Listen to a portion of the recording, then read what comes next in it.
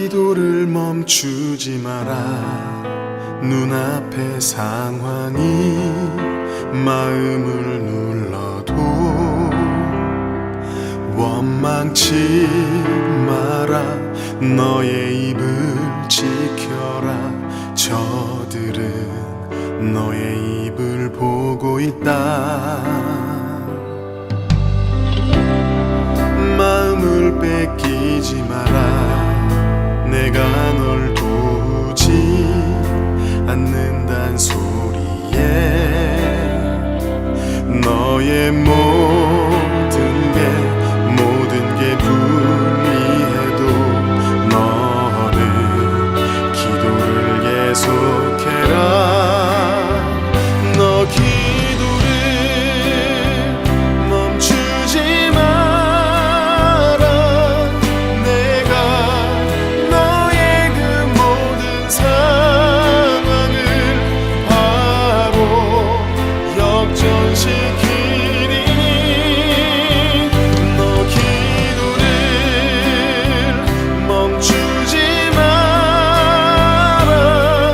내가 잠시도 쉬지 않고 모든 걸 지켜보고 있으니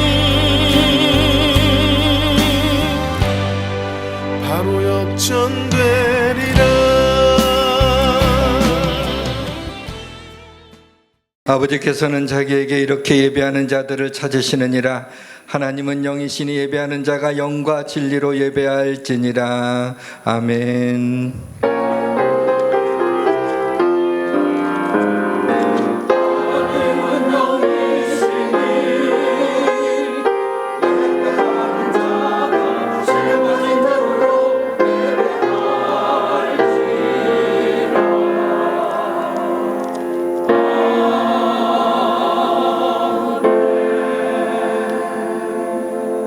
오직 여호와는 그 성전에 계시니 온 땅은 그 앞에서 잠잠할지니라. 기쁨으로 여호와를 섬기며 노래하면서 그의 앞에 나아갈지어다. 하나님이여, 사슴이 시냇물을 찾기에 갈급함같이 내 영혼이 주를 찾기에 갈급하나이다. 내 영혼아, 내가 어찌하여 낙심하며 어찌하여 내 속에서 불안해하는가. 너는 하나님께 소망을 두라. 그가 나타나 도우심으로 말미암아 내가 여전히 찬송하리로다. 우리를 사랑하시되 끝까지 사랑하시는 하나님께 영광과 찬송을 올려드립니다. 이 복된 아침 우리에게 하늘의 신령한 은혜와 평화를 내려주시고 예배 가운데 성령님의 만지심을 경험하게 하옵소서. 이 시간 우리의 영혼이 주님을 찾기에 갈급합니다. 주님, 이 시간 이곳에 오셔서 우리와 만나 주옵소서. 진리의 말씀으로 낙심한 우리의 영혼을 소생시켜 주시옵소서. 주여, 우리를 도우소서. 이 예배가 살아계신 하나님을 만나 뵙기를 갈망하는 예배가 되게 하옵소서. 우리의 찬송과 심령 깊은 곳에서 울려 퍼지는 감사의 찬송이 되게 하옵소서. 하나님이여, 이곳에 임재하여 주옵소서.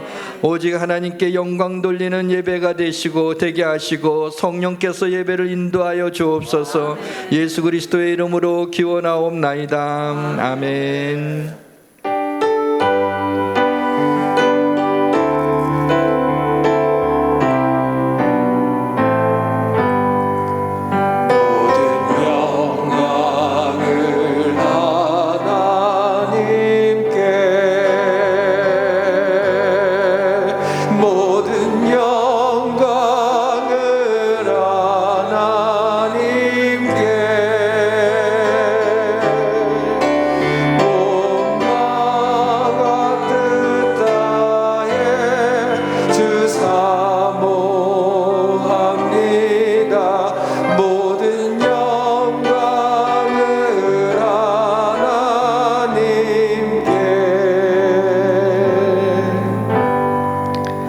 나는 전능하신 아버지 하나님 천지의 창조주를 믿습니다. 나는 그의 유일하신 아들 우리 주 예수 그리스도를 믿습니다.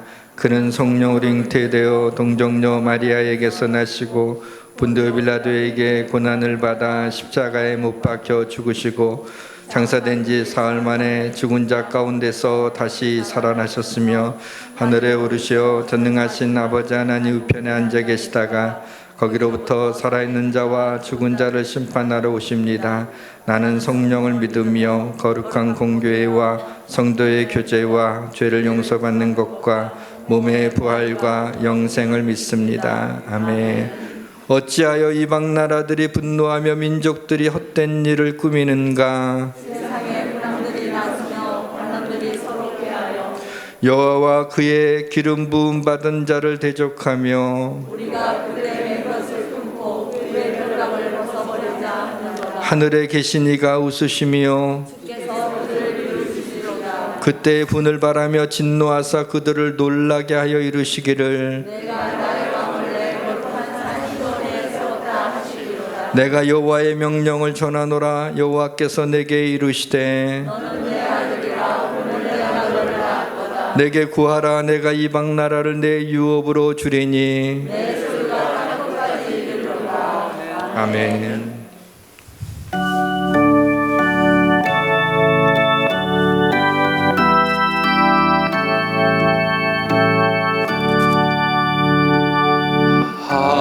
하늘에 가득 찬 영광의 하나님, 온 땅에 충만한 존귀하신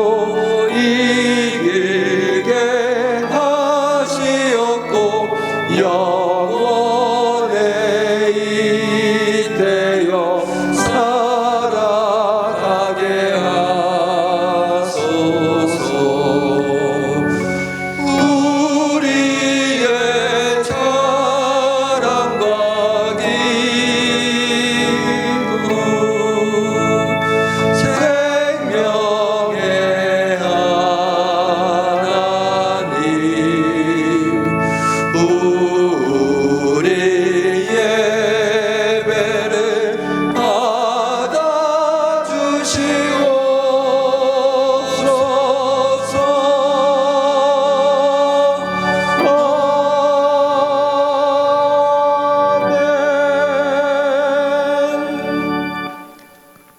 영혼아, 내가 어찌하여 낙심하며 어찌하여 내 속에서 불안해하는가?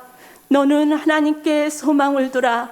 나는 그가 나타나 도우심으로 말미암아 내 하나님을 여전히 찬송하리로다. 할렐루야. 모든 감사와 찬양과 영광을 받으시기에 합당하신 하나님 아버지, 이 아름다운 아침 주님의 전에 나와 신령과 진정으로 예배 드리게 하시니 무한 감사드립니다. 아멘. 또한 22년도 새해를 주셔서 다시 새롭게 시작할 수 있는 기회를 주심도 감사합니다. 아멘. 이제 지난날의 모든 부족함을 벗어버리고 우리의 모든 죄를 주님 앞에 회개하며 주 예수 그리스도의 보혈의 공로 의지하여 주님 앞에 나아갈 때 주님 우리의 모든 허물과 죄를 용서하여 주시고 아멘. 오직 믿음의 주요 온전케 하시는 예수님만을 바라보며 힘있게 달려가는 22년 한 해가 되게 하옵소서. 아멘. 그리하여 예배의 기쁨이 회복되고 기도의 능력, 훈련의 유익을 체험하는 한 해가 되게 하옵소서. 아멘. 하나님, 전염병으로 인해 온 세상은 시끄럽고 나라는 혼란하고 불안함 가운데 있으나 하나님만을 의지합니다. 하나님께만 소망을 둡니다. 아멘. 우리의 연약함과 부족함을 아시는 주님께서 우리를 다스려 주시고 우리를 지켜 주옵소서. 아멘. 모든 불안과 두려움이 사라지게 하시며 마가의 다락방에 임했던 성령의 역사가 어렵고 힘든 시대를 살고 있는 우리들에게 다시 한번 임하여 주셔서 이 세상을 능히 이기며 살아갈 수 있는 성령의 충만함과 영적 분별력, 지혜와 담대함을 주옵소서. 아멘. 이제 대선이 얼마 남지 않았습니다.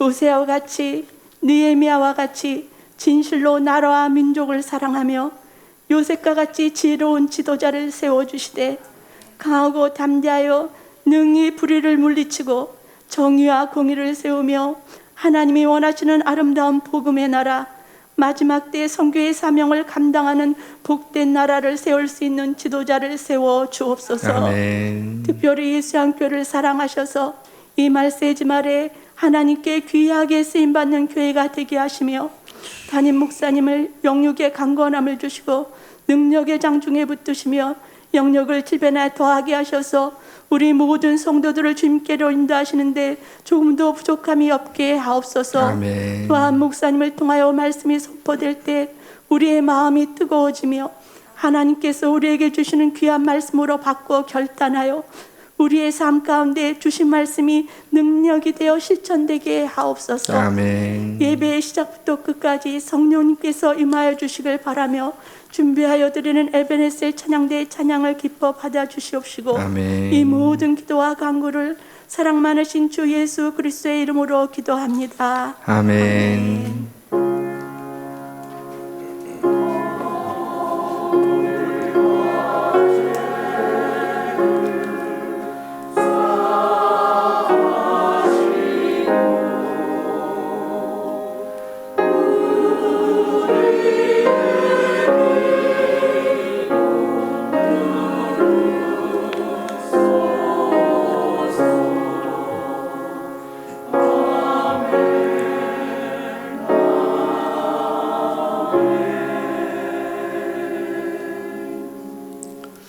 좋으신 하나님께서 오늘 우리에게 주시는 말씀은 요한복음 19장 28절로 30절 말씀까지입니다. 신약성경 182페이지 요한복음 19장 28절부터 30절까지 우리 함께 읽도록 하겠습니다. 같이 읽겠습니다. 그 후에 예수께서 모든 일이 이미 이루어진 줄 아시고 성경을 응하게 하려 하사 이르시되 내가 목마르다 하시니 거기 신포도주가 가득히 담긴 그릇이 있는지라 사람들이 신포도주를 적신 해면을 우슬초에 메어 예수의 입에 대니 예수께서 신포도주를 받으신 후에 이르시되 다 이루었다 하시고 머리를 숙이니 영원히 떠나가시니라. 아멘.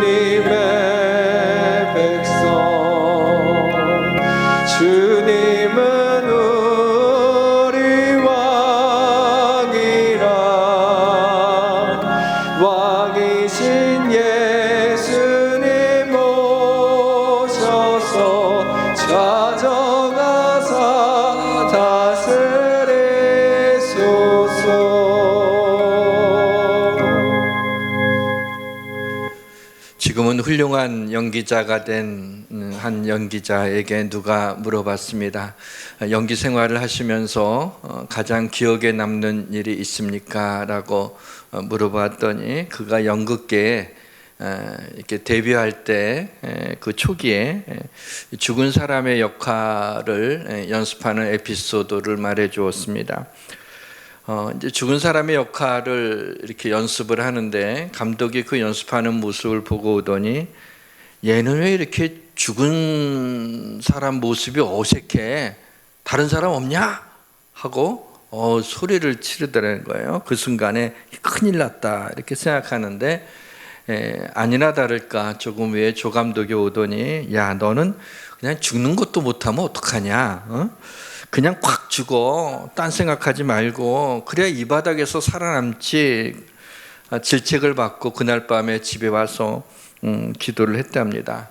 하나님 제발 잘 죽게 해주세요.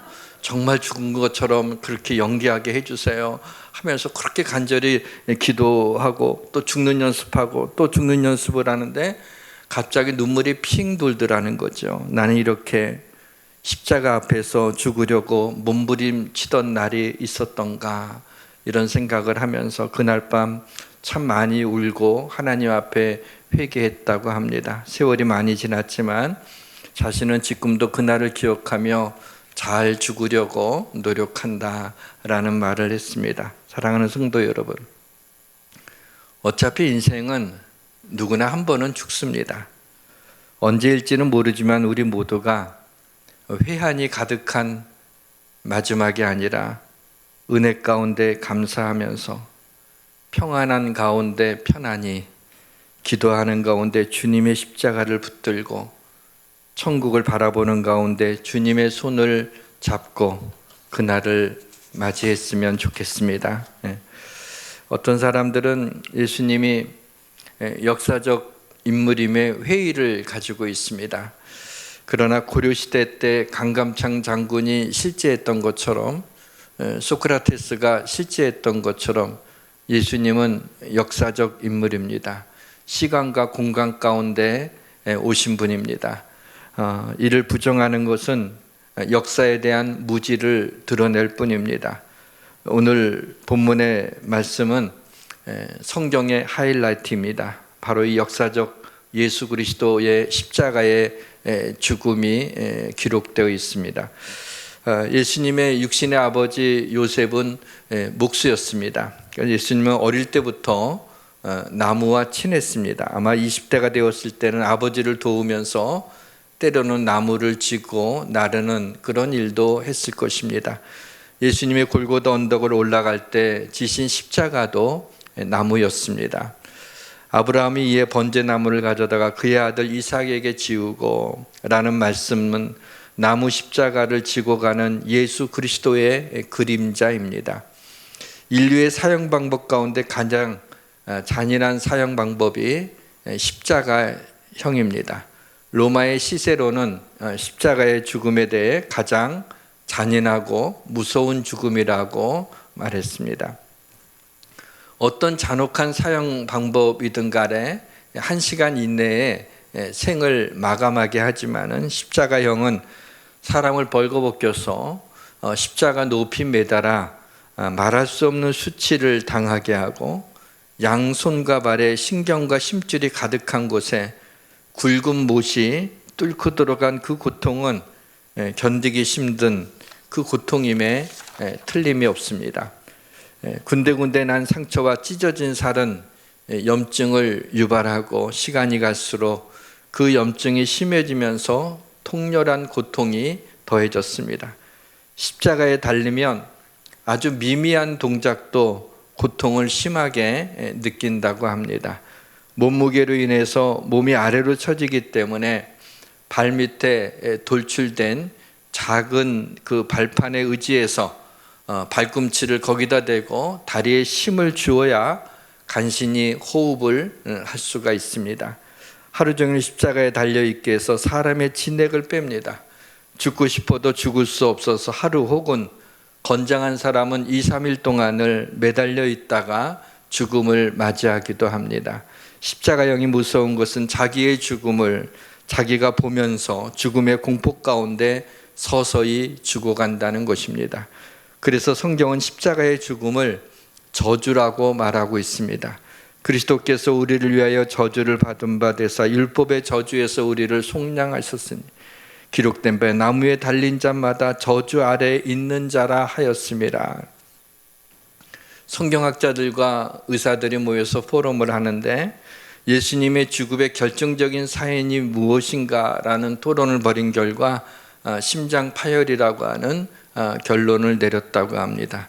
재판을 하는 빌라도의 입에서 이 사람에게서 죄를 찾지 못하겠다라고 말은 했지만 예수님을 십자가 사형에 넘겨주는 일을 했습니다. 죄 없으신 하나님의 아들 예수 그리스도가 십자가에 달려 죽으신 것은 빌라도가 예수를 십자가에 못 박은 것도 아니요, 유대인들이 예수를 십자가에 못 박은 것도 아니요, 종교 지도자들이 예수를 십자가에 못 박은 것도 아니요, 로마 군병이 예수를 십자가에 못 박은 것도 아닙니다. 우리의 죄가 예수를 십자가에 못 박게 했던 것입니다. 우리의 죄를 대신하여 죄 없으신 어린 양 예수 그리스도가 십자가에 못 박혀 죽으신 것입니다. 오늘 본문을 담고 있는 요한복음 19장에는 예수님이 십자가에 못 박히는 장면이 나옵니다. 조지훈, 박목월 씨와 함께 청록파 시인 중에 한 사람인 박두진 시인이 십자가에 달리신 예수님을 생각하면서 쓴 갈보리의 노래라는 시의 한 부분을 소개해 드리려고 합니다. 읽어 드리겠습니다. 마지막 내려덮는 바위 같은 어둠을 어떻게 당신은 버틸 수가 있었는가? 뜬물 같은 치욕을, 불붙은 분노를, 애어내는 비애를, 물새 같은 고독을 어떻게 당신은 견딜 수가 있었는가? 꽝꽝 쳐 못을 받고 창끝으로 겨누고 칙칙질해 때리고 입맛 쥐어 배반하고 메어 달아 죽이려는 어떻게 그 원수들을 사랑할 수 있는가? 이 시를 우연히 찾아보면서 저는 전문을 읽었지만은 마음에 주님의 십자가에 주님의 마음이 전해지게 됐습니다. 예수께서는 이 모든 일이 이미 이루어진 것을 알고 성경을 응하게 하시려고 내가 목마르다라고 하십니다. 배에서 생수의 강이 흘러나오게 하리라고 하는 그분이 내가 주는 물을 마시는 자는 영원히 목마르지 아니하리라고 말씀하신 그분이, 그분의 입에서 이제는 목마르다라는 말씀이 나옵니다. 육체적으로 갈증이 나시기도 하셨겠죠. 우리 주님이 땀을 흘리고 피 흘리시면서 아마 갈증이 났을 것입니다. 그러나 그보다는 이 시대의 어둠과 죄에 대한 안타까움을 표현한 것입니다. 그리고 이 장면을 좀 묵상하는 가운데 문득 생각난 것은 예수님이 목마르다고 하신 것은 예수님을 믿고 있는 우리들이 시원치 않아서 안타까운 마음에 그런 것이 아닌가라는 생각도 스쳐 지나갔습니다. 사랑하는 성도 여러분, 목마르다고 말씀하신 주님께 물 한 잔 드리는 삶은 어떨까요? 사람들이 심포도주를 적신 해면을 갈대처럼 생긴 우슬초에 메어서 예수님의 입에다가 댑니다. 심포도주는 헬라어로 악사스라고 하는데 로마 군병들이 먹는 그 물에다가 묽은 포도주를 타서 만든 것인데 이것은 좀 통증을 좀 덜어주는 그런 효능이 있었다고 합니다. 또 우슬초는 아주 중요한 식물입니다. 유월절 때 사용하던 건데 예수님이 유월절 어린 양이심을 사도 요한이 의도적으로 그렇게 우슬초를 얘기하며 그런 장치를 해놓았습니다. 출애굽할 때 죽음의 사자가 애굽 사람 집에 들어가서 장자와 짐승의 첫 것들을 전부 다 죽게 될 것이다 라고 얘기합니다. 애굽 사람들은 비웃었습니다. 그러나 하나님께서 모세에게 유월절 어린 양을 잡아서 그 양의 피를 좌우 설주와 문 임방에다가 바르면 그 죽음의 사자가 넘어가게 될 것이다 라고 일러줍니다. 그럼 모세는 백성들한테 이 소식을 전하게 되죠. 이스라엘 사람들이 왜 그 양을, 그 비싼 양을 잡아야 되는지, 왜 그 양의 피를 그렇게 문 지방간 문 임방에다가 그 문설주에다가 그렇게 지저분하게 참 그렇게 피를 발라야 되는지 이해가 되지 않았지만 하나님의 말씀이기 때문에 그들이 그대로 순종해서 양의 피를 발랐습니다. 그날 밤이 되었을 적에 죽음의 사자가 양의 피가 발라진 곳에는 패스오버를 합니다. 유월하는 거죠. 그냥 지나가게 됩니다. 그리고 양의 피가 발라지지 않는 곳에 죽음의 사자가 들어가 모든 처음 것들이 죽는 통곡 소리들이 나오게 되고, 이것이 결정적으로 바로 왕의 장자도 죽임을 당하게 되어서 이스라엘 백성들이 출애굽을 할 수 있게 되었던 것입니다. 여기서도 보게 되면 우슬조 묶음을 가져다 그릇에 담은 피에 적셔서 그 피를 문임방과 좌우설주에 뿌리고 그랬어요. 그러니까 우슬초를 가지고 짐승의 어린 양의 피를 발라서 그것으로 문임방과 문설주에다가 바른 것을 보게 됩니다. 제사장이 우슬초에 짐승의 피를 적셔서 희생 제물을 드린 사람에게 이 우슬초를 이렇게 합니다. 그러면은 그 갈대같이 그 피를 머금고 있었던 이 우슬초가 이렇게 뿌려지면서 그 앞에 있는 제물을 드린 사람의 피뿌림을 당하게 되죠. 그러면서 죄사함을 받았다라고 선언을 합니다. 그래서 히브리서 9장에 보게 되면 송아지와 염소의 피를 우슬초에 적셔 백성에게 뿌리며 이는 하나님이 너희에게 명하신 언약의 피라 하리라. 그래서 그것을 언약의 피라고, 짐승의 피를 뿌리면서 그렇게 하리라. 자, 언약의 피 하면 생각나는 게 있잖아요. 예수님이 마지막 날 밤에 성만찬을 하시면서 잔을 이렇게 돌리면서 이것은 내가 너희를 위하여 흘리는 피 곧 언약의 피니라 라고 말씀한 것이 기억나지 않습니까? 모든 물건이 피로써 정결하게 되나니 피 흘림이 없은즉 사함이 없느니라 라는 말씀도 히브리서 9장에 나오게 됩니다. 왜냐하면 그 피에는 생명이 있기 때문에 그 피 흘림이 없이는 사함이 없습니다. 왜냐하면 죄의 값은 사망이기 때문에 그것을 살리기 위해서 그리스도께서 피를 흘리셔야만 했던 것입니다. 우슬초로 나를 정결하게 하소서 내가 정하리이다. 나의 죄를 씻어주소서 내가 눈보다 시리이다 라고 그렇게 시편 기자도 노래하고 있습니다. 예수님이 신포도주를 받으신 후에 다 이루었다 그렇게 말씀하고 머리를 숙이니 영혼이 돌아가셨습니다. 숨을 거두셨기 때문에 머리를 숙인 것이 아니라 맡겨진 사명을 다 이루셨기 때문에 머리를 숙이신 것입니다. 이 땅에 오신 목적을 완전히 성취하였다라고 하는 승리의 고백입니다. 예수님은 6시간 동안이나 십자가에 달려 계셨습니다. 오전 9시에 시작해서 오후 3시까지 달려 있었죠. 마태나 마가는 그 장면을 크게 소리 지르고 운명하셨다고만 기록하고 있지 크게 무슨 소리를 질렀는지에 대해서는 기록하고 있지 않습니다. 그런데 요한은 그 내용을 알고 있었죠. 왜냐하면 다른 제자들은 다 겁이 나서 멀찍이 예수님의 십자가로부터 떨어져서 군중 속에 묻어 있었습니다. 그런데 요한은 처음에는 도망간 건 사실이었지만은 다시 나중에 담대하게 주님의 핏방울이 떨어지는 십자가 아래에 와서 주님의 거친 호흡 소리를 들을 수 있었던 것입니다. 그리고 주님의 다 이루었다는 말씀도 듣게 된 거죠. 그래서 예수님이 요한에게 어머니 마리아를 부탁하는 그 장면도 듣고 있지 않습니까? 주님이 소리를 질렀던 것은 다 이루었다. 헬라어로는 한 단어입니다. 테텔로스타이입니다. 이 시간은 이 다 이루었다, 이 테텔로스타이의 3가지 의미, 무엇을 다 이루셨다는 것인가 라는 것을 생각해 보려고 합니다. 주의 성령님께서 이 시간에 오셔서 부족한 종과 사랑하는 성도님들에게 은혜와 또 성령님의 도우심이 함께 하시기를 주님의 이름으로 축원합니다. 첫째는 다 이루었다. 이 테텔로스타이는 구약에 예언된 메시아 예언이 성취되었다. 그 예언이 다 이루어졌다라는 그런 의미입니다. 내가 받은 것을 먼저 너희에게 전하였노니 이는 성경대로 그리스도께서 우리 죄를 위하여 죽으시고, 여기 말하는 성경대로가 무슨 성경일까요? 여기 이 고린도전서 이 글이 쓰여질 때에는 신약 성경은 없었을 때죠. 근데 이때 성경대로라는 것은 구약의 율법을 가리키는 거죠. 구약의 말씀들이죠.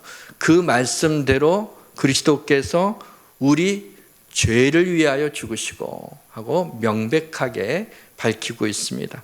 예수님의 십자가의 죽음은 바로 구약의 예언이 성취된 것입니다.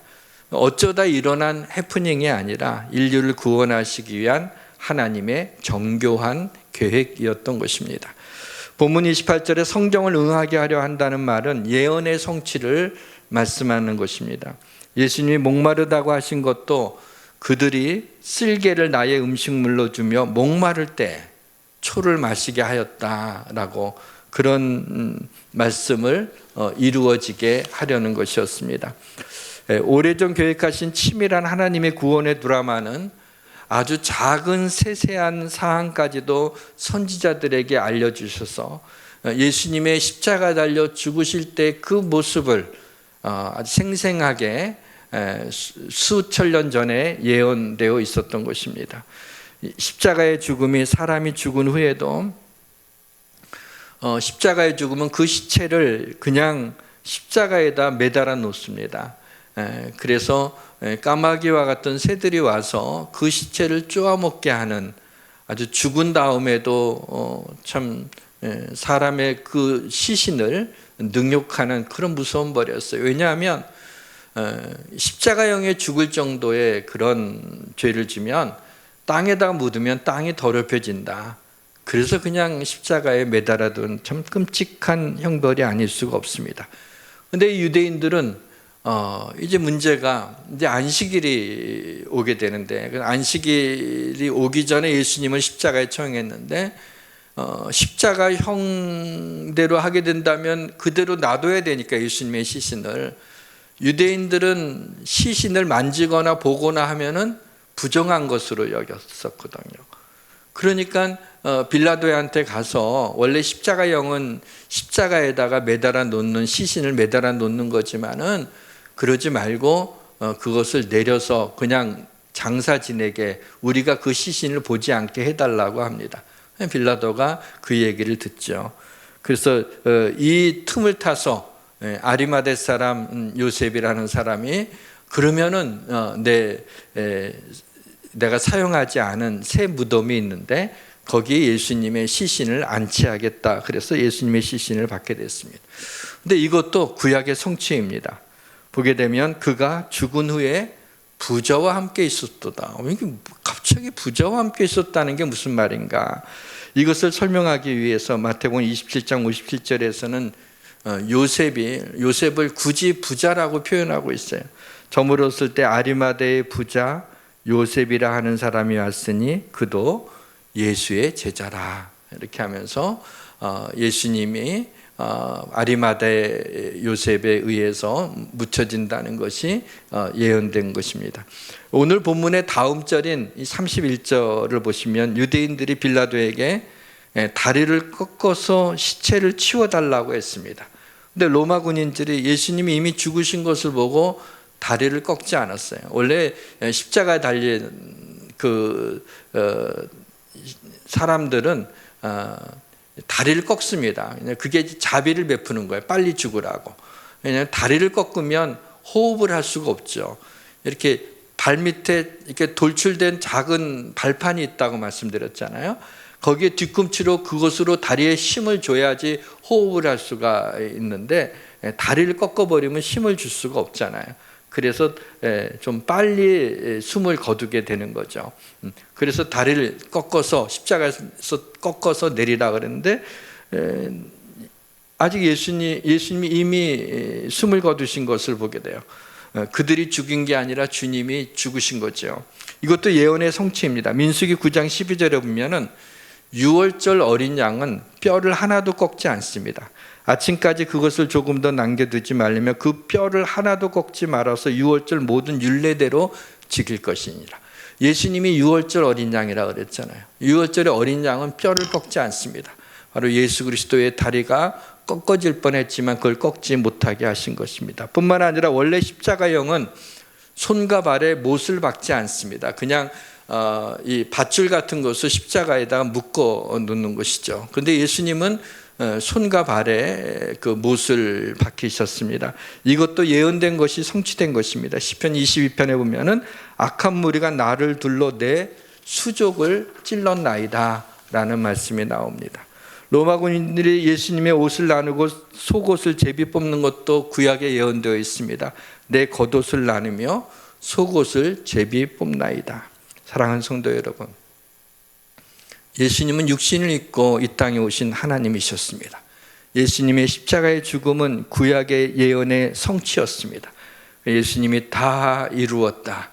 주님의 삶은 우리 하나님께서 구약 선지자를 통해 예언하신 일들을 응하게 하시려고, 그래서 우리의 구원을 이루시는 우리 주님의 그 십자가의 죽음인 걸 믿으시고, 하나님의 말씀은 1.1획도 변하지 않고 정확무오하게 하나님의 말씀이 우리 가운데 임함을 믿고 그 믿음으로 다 이루신 주님의 은총 가운데 우리의 인생을 살아내시기를 주님의 이름으로 축원합니다.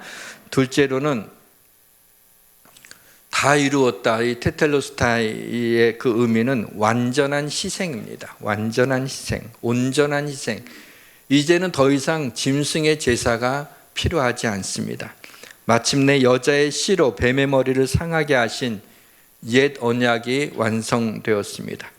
그리스도는 율법의 마침입니다. 히브리서 9장 12절에서 14절 말씀을 우리 한번 같이 읽도록 하겠습니다. 함께 읽겠습니다. 염소와 송아지의 피로 하지 아니하고 오직 자기의 피로 영원한 속죄를 이루사 단번에 성소에 들어가셨느니라. 염소와 황소의 피와 및 암송아지의 죄를 부정한 자에게 뿌려 그 육체를 정결하게 하여 거룩하게 하거든 하물며 영원하신 성령으로 말미암아 흠없는 자기를 하나님께 드린 그리스도의 피가 어찌 너희 양심을 죽은 행실에서 깨끗하게 하고 살아계신 하나님을 섬기게 하지 못하겠느냐. 아멘.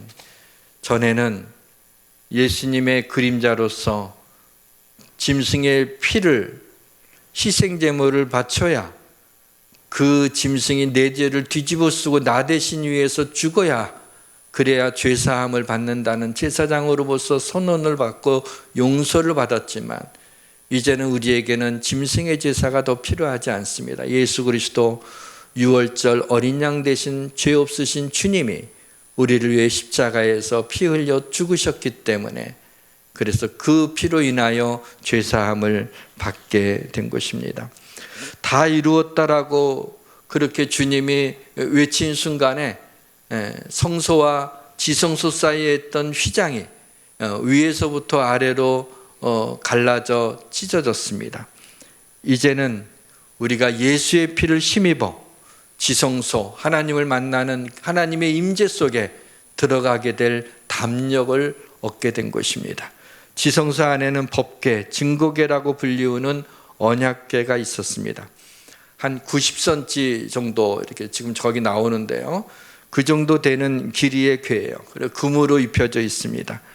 은혜를 베푸시는 자리라는 뜻의 시은자라고 하는 그 자리가 있는데, 거기에 그 시은자에는 보시면은 저기 천사가 날개를 펴고 있는데 이걸 그룹이라고 얘기합니다. 언약궤를 지키는 그룹, 일종의 천사입니다. 천사의 종류인데 날개로 이 속죄소를, 이 언약궤를 이렇게 감싸고 있는 모습을 보게 됩니다. 그래서 시은자라는 것은 베풀 시 은혜 은자, 보좌 자자죠. 그러니까 은혜를 베푸는 자리를, 은혜를 베푸는 보좌를 시은자라고 하는데, 이곳을 속죄소라고도 합니다. 근데 하나님이 속죄소에서 우리와 만나 주시겠다고 약속하셨습니다. 거기서 내가 너와 만나고 속죄소 위, 곧 증거궤 위에 있는 두 그룹 사이에서 내가 이스라엘 자손을 위하여 내게 명령할 모든 일을 내게 이루리라. 하나님께서 이 시은자, 은혜의 보좌에서 우리를 만나 주시고 그곳에서 우리에게 명령하신 말씀을 전해 주시겠다라고 하시는 것입니다. 그러므로 우리는 긍휼하심을 받고 때를 따라 돕는 은혜를 얻기 위하여 은혜의 보좌 앞에 담대히 나아갈 것이니라.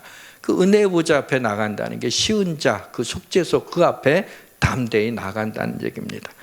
은혜의 보좌가 바로 쉬운 자, 속죄소입니다. 우리를 만나 주시겠다는 겁니다. 예수 그리스도의 십자가의 죽음으로 하나님과 원수되었던 것을 십자가로 소멸하셨습니다. 이제는 하나님과 우리 사이에 중간에 막혀있던 담이 무너졌습니다. 우리는 하나님 앞에 나갈 수 없는 죄인이었어요. 그런데 그리스도께서 우리를 위해 죽으심으로 하나님 앞에 나아갈 수 있게 됐어요. 그는 우리의 화평이시니라. 둘로 하나를 만드사 원수된 것 곧 중간에 막힌 담을 자기 육체로 허시고 그랬어요.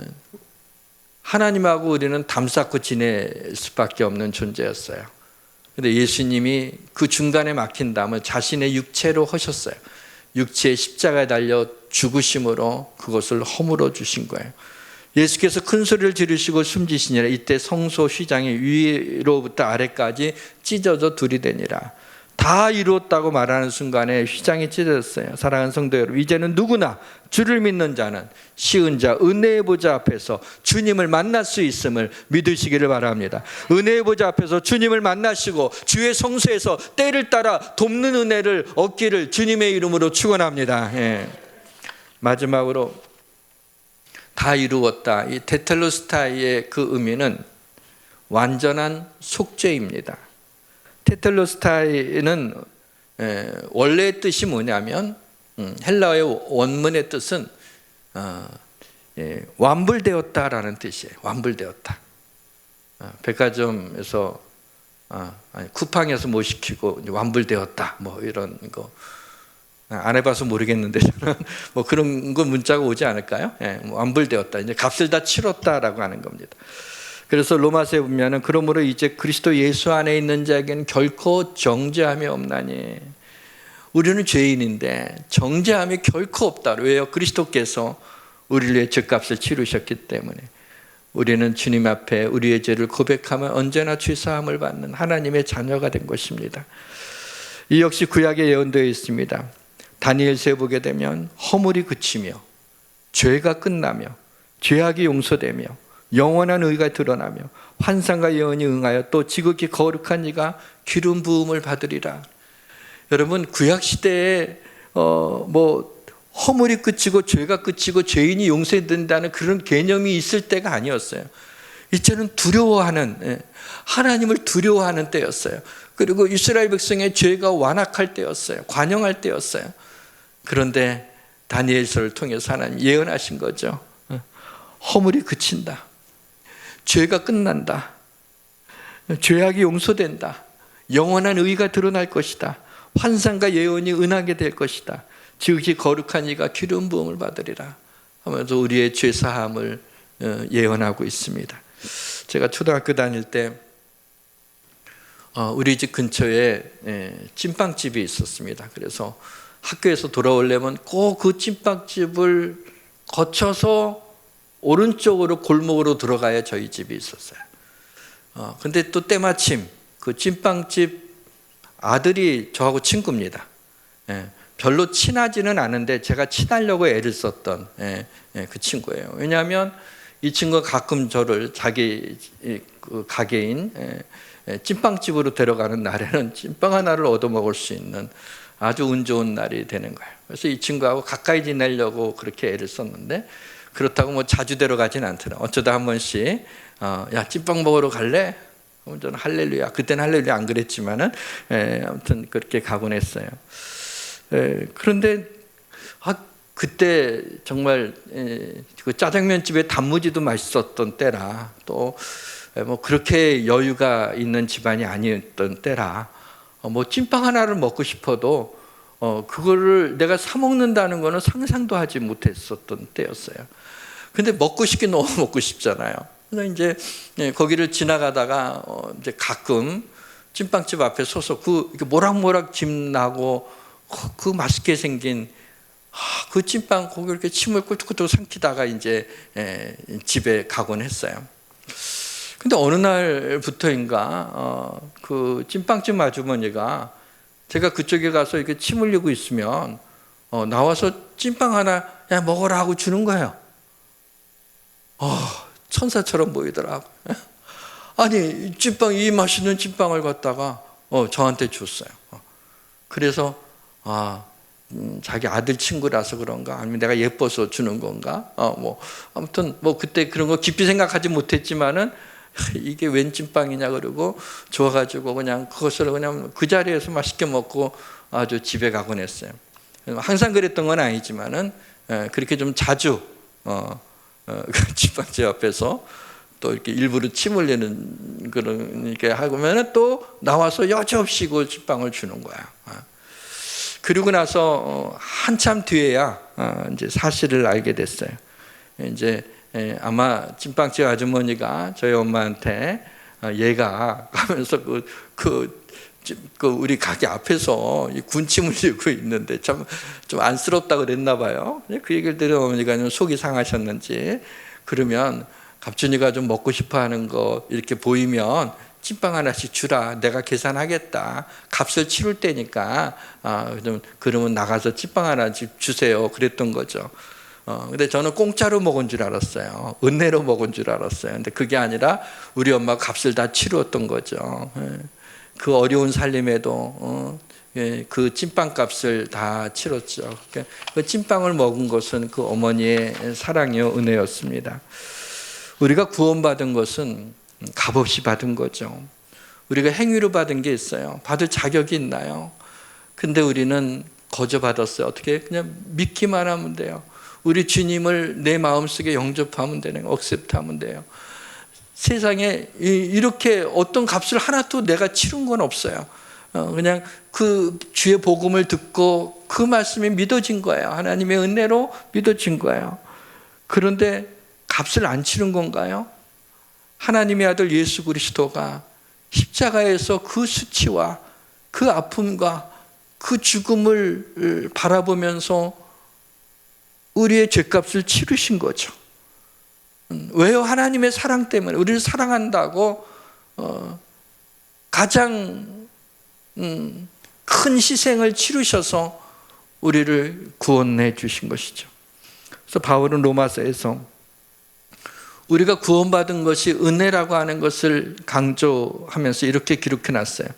그리스도 예수 안에 있는 속량으로 말미암아 하나님의 은혜로 값없이 의롭다 하심을 얻은 자 되었느니라.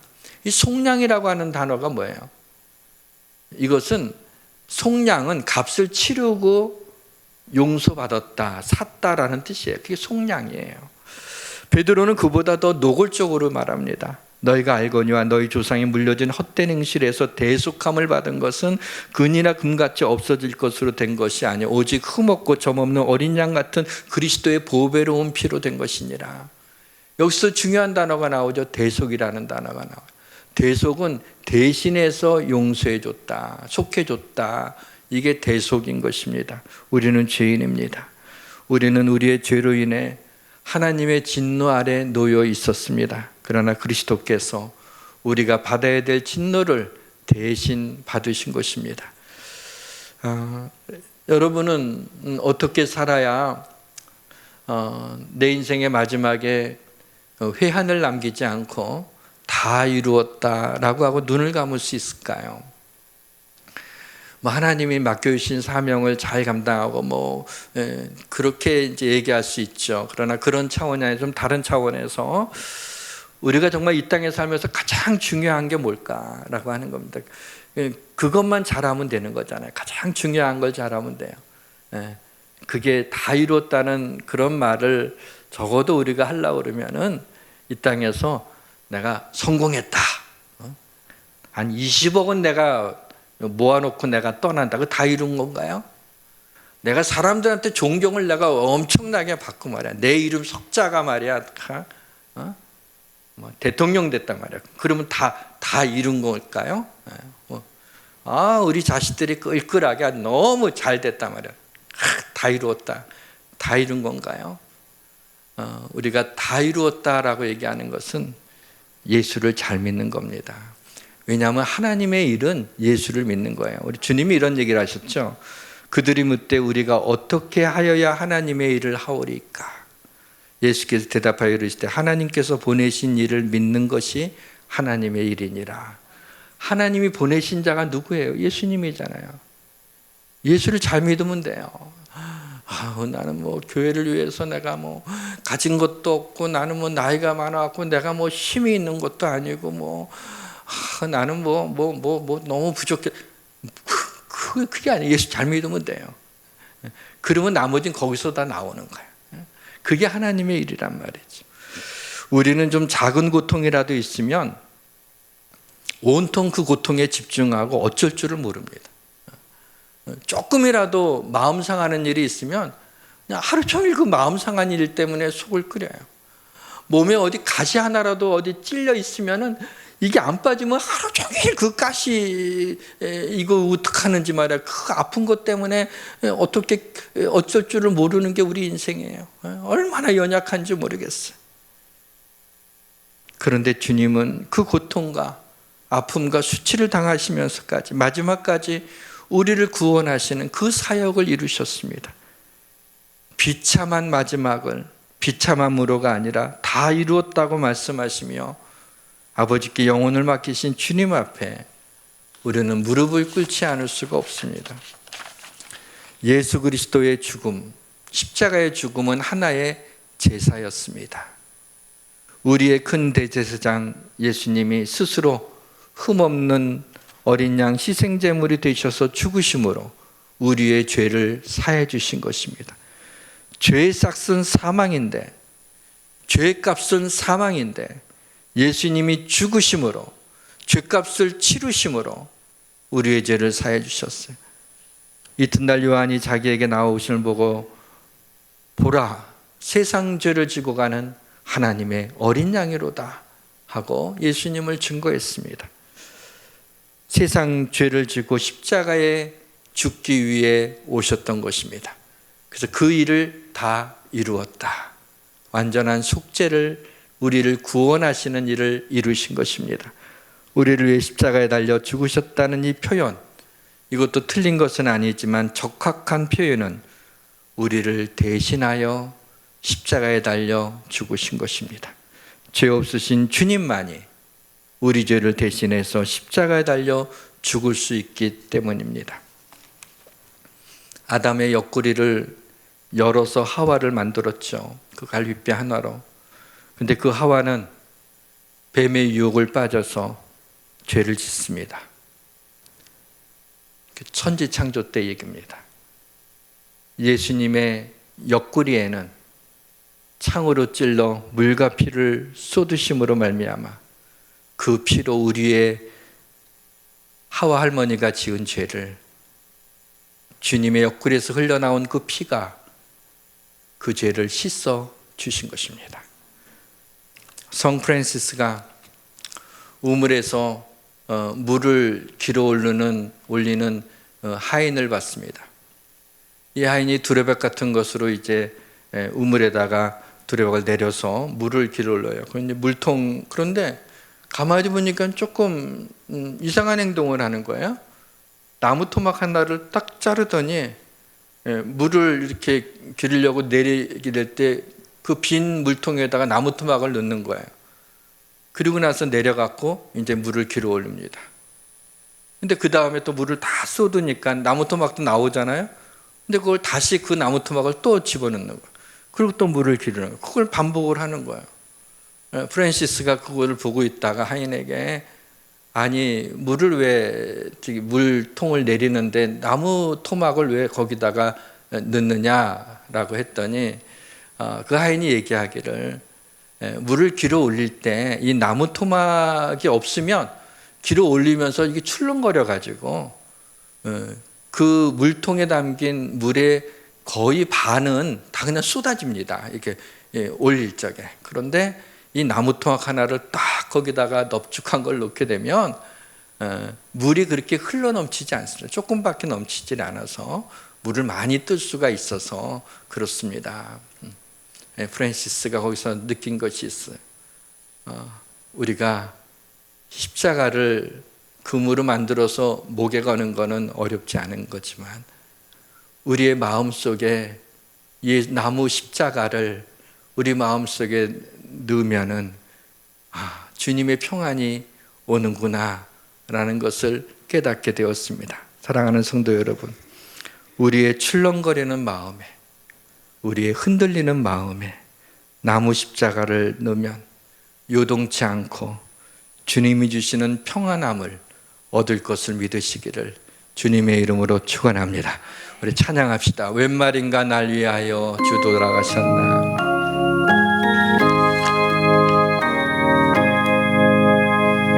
웬 말인가 날 위하여 주 돌아가셨나.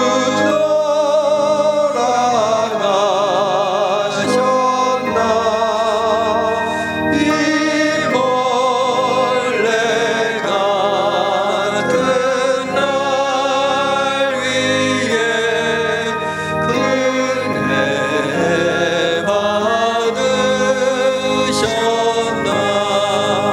내 지은 죄 다 지시고 못 박히셨으니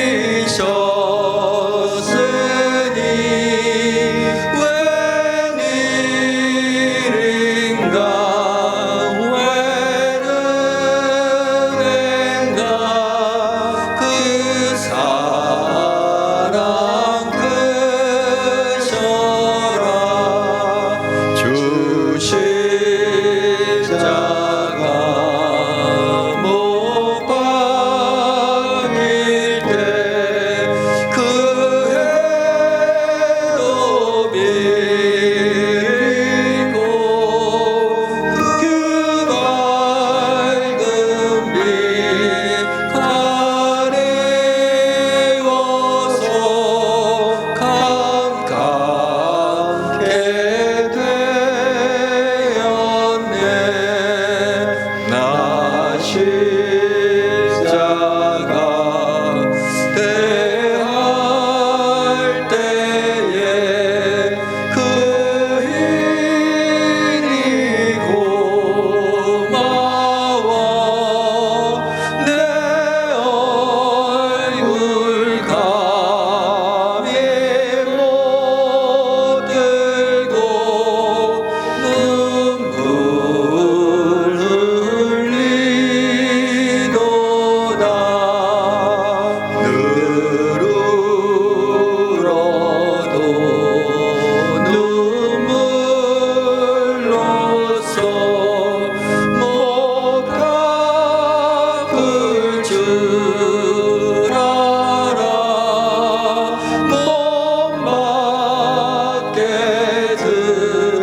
드릴 것 없어. 이 몸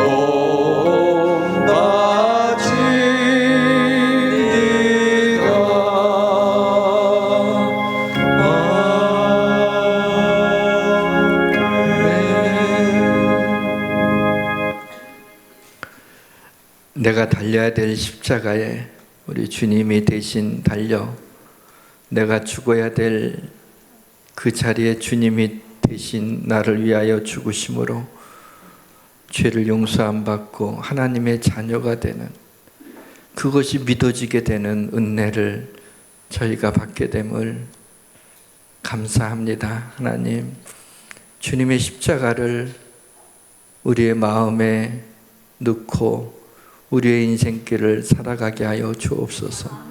예수님 잘 믿게 하여 주옵소서. 예수님의 이름으로 기도합니다.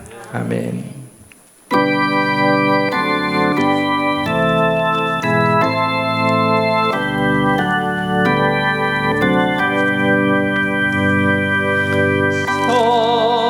성자의 귀한 몸 날 위하여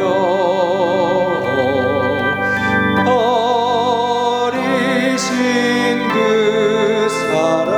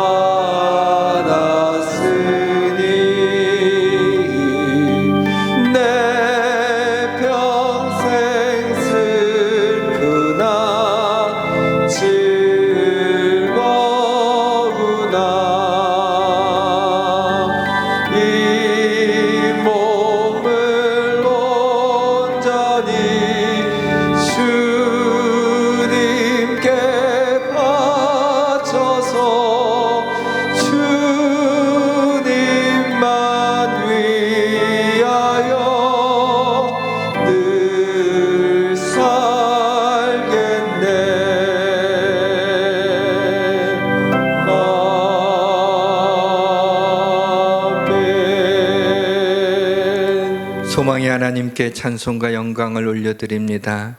이 복된 아침에 우리를 부르사 예배하게 하시고 이 시간 준비한 예물을 주님께 드리게 하시니 감사합니다.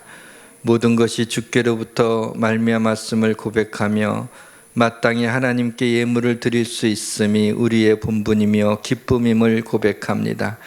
예수님 뒤에서 값진 향유옥합을 깨뜨린 마리아의 거룩한 낭비를 통해 우리가 주님을 어떻게 섬겨야 하는지 되돌아봅니다. 이 시간에 예물과 함께 우리의 삶도 주님께 드립니다. 온전한 예물을 기뻐하시는 하나님, 우리의 예물을 받으시고 그들로 여호와를 경외하는 자가 받을 축복을 받게 하옵소서. 육신이 연약한 자를 기억하사 의로운 애가 떠올라서 치료한 강선을 바라요 저희로 외양간에서 나온 송아지같이 뛰노는 생명력을 허락하여 주옵소서. 우리의 자녀를 주님의 어깨 위에 부탁드립니다. 동행하여 주시고 축복하여 주시며 하나님이여 가난한 자를 부유케 하여 주옵소서. 아버지 하나님, 이 예물이 하나님의 영광을 위해 쓰임받기를 바라올 때 우리 주 예수 그리스도의 이름으로 봉헌기도 드리옵나이다. 아멘. 교회 소식 전해드리겠습니다. 예수양교회에서 함께 신앙생활 하실 분은 등록카드를 작성하셔서 헌금위원에게 주시거나 등록처에서 안내를 받으시기 바랍니다. 1월 16일 교회 소식입니다.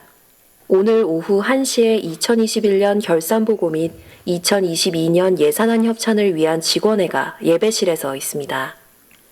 1월 23일 주일 오후 1시에 직분자 수련회가 있습니다. 장소는 1층 유치부실입니다. 사도신경 새벽기도회가 1월 17일 월요일부터 21일 금요일까지, 주기도문 새벽기도회가 1월 24일 월요일부터 28일 금요일까지 진행됩니다.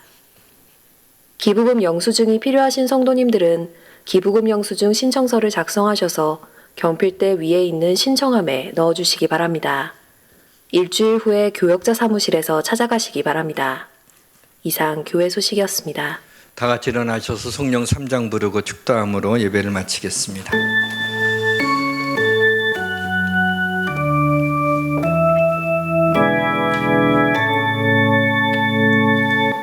성부 성자와 성령 찬송과 영광 돌려보내세.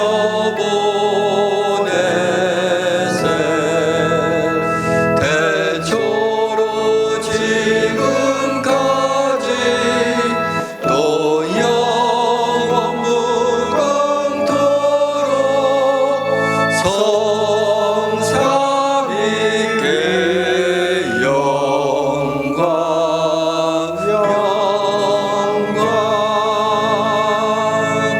아멘.